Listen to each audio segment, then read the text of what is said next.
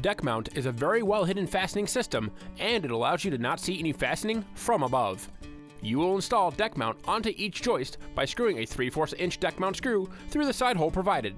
DekMount should lay flush on top of the joist and have an edge flat against the side of the joist. DekMount is easily cut with snips to fit any required length.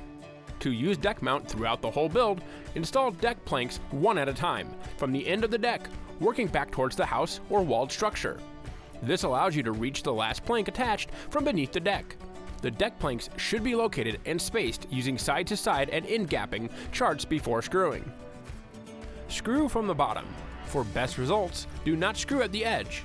DekMount is designed to provide a minimum of 2 holes for each plank. If the deck is elevated and easier to fasten from below the deck, another person should be on top of the deck, not only to ensure proper spacing, but to provide weight, allowing the screws to be securely anchored into the deck board.